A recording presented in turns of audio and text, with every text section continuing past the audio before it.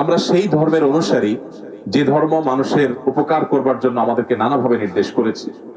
নবী করিম সাল্লাল্লাহু আলাইহি সাল্লাম বলেছেন, মাসালুল মুমিনিনা ফি তাওয়াদ্দিহিম ওয়া তারাহুমিহিম ওয়া তাআতুফিহিম কামাসালিল জাসাদ। একজন ঈমানদার অন্য সব ঈমানদারদের প্রতি তার ভালোবাসা, তার হৃদ্যতা, সহমর্মিতা, এই জায়গাটাতে একটা দেহের মতো আচরণ করবে। ইদাস্তাকা মিনহু উযবুন, একটা দেহের যেরকম একটা অঙ্গ যদি অসুস্থ হয়, একটা অঙ্গ যদি কষ্টে নিপতিত হয়, তাহলে পুরো শরীর সেটাকে ফিল করে, অনুভব করে।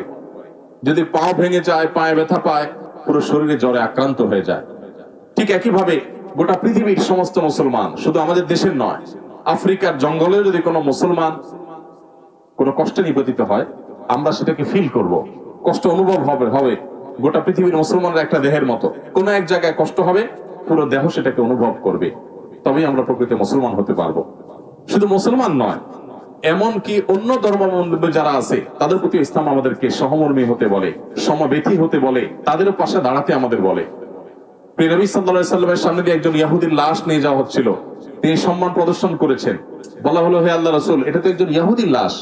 তিনি বললেন যে, আলাইসাত নাফসা, ইহুদির লাশ হতে পারে, এই লাশটা কি কোনো মানুষ নয়? আমি কি তাকে সম্মান জানাবো না? আমরা সেই ধর্মের অনুসারী।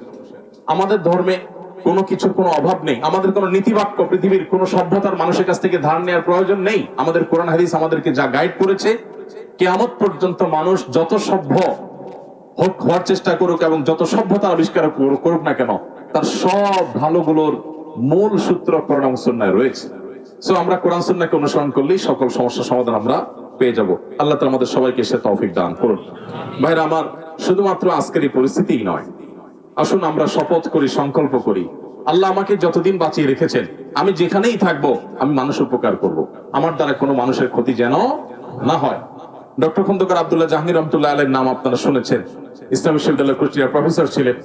স্যার রাহিমাহুল্লাহ বলতেন, আমার সারা জীবনের যত গবেষণা, যত পড়াশোনা, দেশে বিদেশে ইসলামের উপরে যত আমার ডিগ্রি নেওয়া হয়েছে, ইসলামের উপরে আমি যে অধ্যাপনা করেছি, বিশ্ববিদ্যালয়ে পড়িয়েছি, আমার সারা জীবন ইসলাম নিয়ে পড়াশোনার নির্যাস আমি 2 লাইনে বলতে পারবো।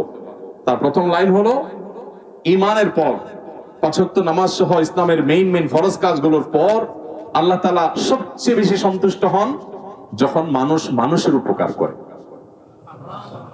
আর কুফরির পর, বড় বড় অপরাধ অপচারগুলোর পর আল্লাহ সবচেয়ে বেশি অসন্তুষ্ট হন যে কাজে, সেটা হলো কোন মানুষ যখন কোন মানুষের কষ্টের কারণ হয়। এজন্য ভাইরা, আজীবনের জন্য সংকল্প করি, আমরা কোনো মানুষের কোনো কষ্টের কারণ হব না। আমি কলাটা খেয়ে খোসাটা রাস্তায় ফেলবো না, কারণ সেটা একজন মানুষের আছাড় খেয়ে পড়ার কারণ হতে পারে। আমি ডাবটা খেয়ে ডাবের মালাটা যেখানে সেখানে ফেলে দিব না, কারণ সেখানে জমে থাকা পানি থেকে মশা হয়ে সেই মশা কাউকে কামড়ে অসুস্থ করতে পারে। সে অসুস্থ ব্যক্তি হয়তো আইসিইউতে গিয়ে মারাও যেতে পারে, আমি হয়তো জানিও না। আমি এমন ভাবে চলবো যে আমার আশপাশের কোনো মানুষ আমার দ্বারা কোনো কষ্ট যেন না পায়। আমি বিশেষ করে তরুণ বন্ধুদেরকে বলতে চাই, এখানে বেশিরভাগই আমাদের ছাত্র ভাইরা আছেন, তরুণরা আছেন। তারুণ্যের এই সময়টাকে নিয়ন্ত্রণ করা অনেক বেশি জরুরি।